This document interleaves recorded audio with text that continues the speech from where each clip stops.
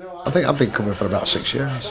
And without coming here at the PDSA, Katie wouldn't be here today. For looking after Katie, you'd be looking at somewhere in the regions, I'd say, between £25 and £30 a week. Because I'm on income support and I've got 2 children, so I can't afford the vet fees. When it was first diagnosed, she had weekly visits affecting her every week. We'd have had to have her put down because being a pensioner, I couldn't afford to pay that money each visit. It's been my life for so many years, 17. But for coming to the PDSA, I wouldn't have had him. And life without him wouldn't be worth living, really.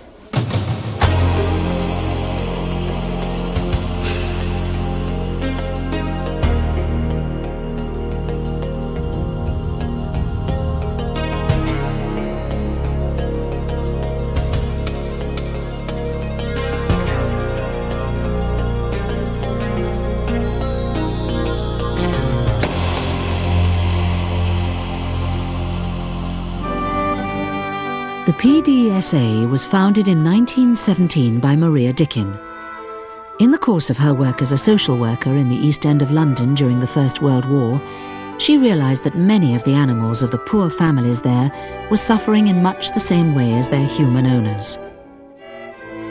She set up her first free dispensary in Whitechapel, and driven by her tireless lobbying for more and better provision of veterinary care, her organisation quickly grew to become the charity we know today as the People's Dispensary for Sick Animals.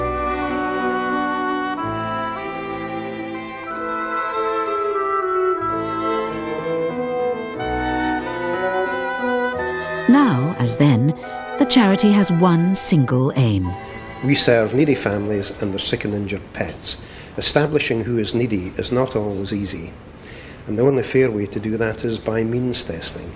If a family is in receipt of a means-tested state benefit, that family will automatically be eligible for our help.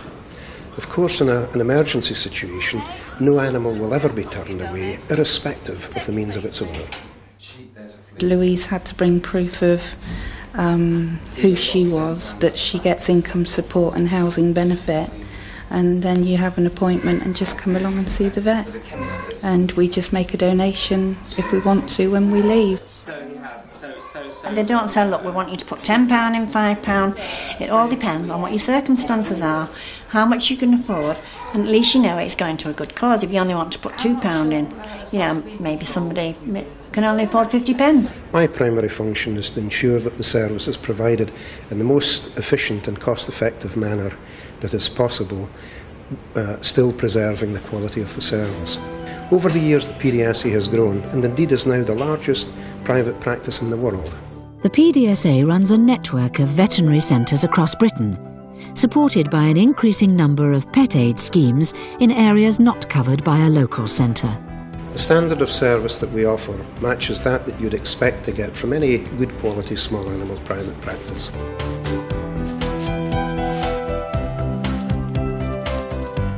Our veterinary centres are purpose-built and equipped to hospital standard and offer a full range of outpatient, inpatient and diagnostic facilities.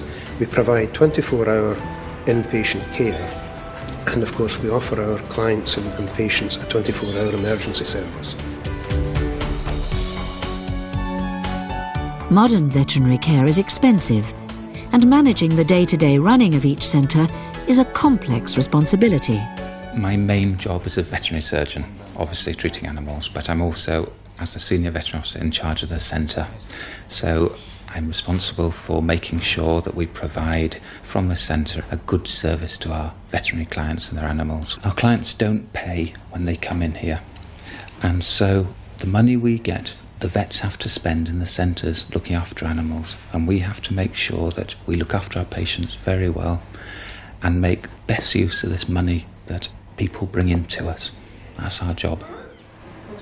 The first job is to assess them and to decide what sort of treatment they need, whether they need to come into the centre for any sort of procedure or whether they can be treated as outpatients solely. This requires a flexible approach to caring, where the needs of the patient must come first, regardless of the owner's ability to pay for treatment. The staff are wonderful. Oh, they are, the vets, the nurses, the receptionists. They all make you feel welcome.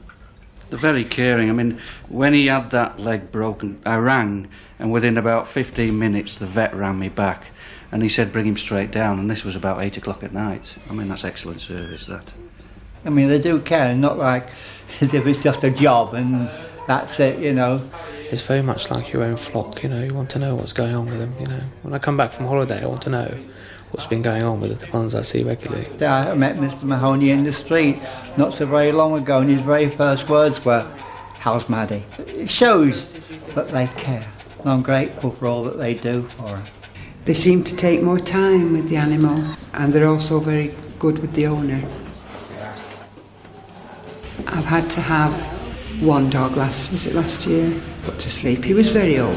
They were just wonderful. The PDSA recognises that the quality of care its centres offer is dependent on the quality of the staff in those centres. Our veterinary surgeons and veterinary nurses are all fully qualified and are supported by well-trained and motivated lay staff.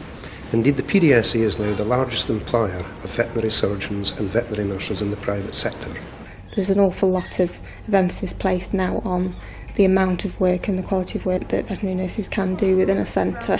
They can take work off the veterinary surgeons in some respects now.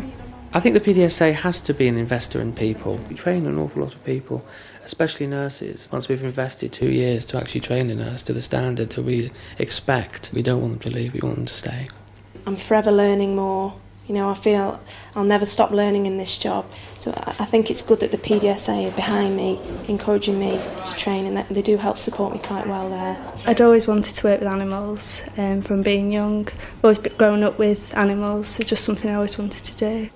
Obviously there are frustrations involved because not every client appreciates what we're trying to do, but we're here primarily to look after the animals, so that doesn't matter. It means we look after the animal no matter what. You get hassle in any jobs, but underneath it all, this is my thing. I really love veterinary nursing. I get great job satisfaction out of it. I can never see a time when there won't be a need for the PDSA. Of course, our future depends entirely on our funding. Our 2 long-term objectives must be to maintain and develop our existing service and to expand geographically so that every poor family in the country has access to a PDSA service. We'd be lost if we couldn't bring him here, because if you take him to an ordinary vet, the operation alone that he's had for this broken leg would cost over £300. Very nice, because it's not my first cat I've actually brought here, it's my second, and they treated my first cat nice as well. From maybe a professional point of view, I still think there's nothing better than having the ability to turn the despairing client with a desperately sick or injured animal back into being a happy and grateful owner with a healthy, normal pet again. There is something about that, it's really wonderful. That simply would not be available if the PDSA centre were not here for them. I'd like to win the lottery, but then again, I wouldn't, because then I couldn't come here. But like I said, I would give good donations. They would get plenty of me, definitely. They need everything they can get because it's it's so worthwhile. It's nice when people do appreciate your work. We get sent flowers, chocolates, big smiles, and they just can't, you know, when they write in lovely little thank you letters to us. That's nice, you know, shows we're appreciated. Biscuits, cakes, Christmas is an avalanche of goodwill gestures, really. It is very touching. These are things from people that really can't afford anyway to buy you cakes and, the small gifts and things. If ever I did have any money, that's where it would go, definitely. It would be left to these people because I think they're absolutely marvellous.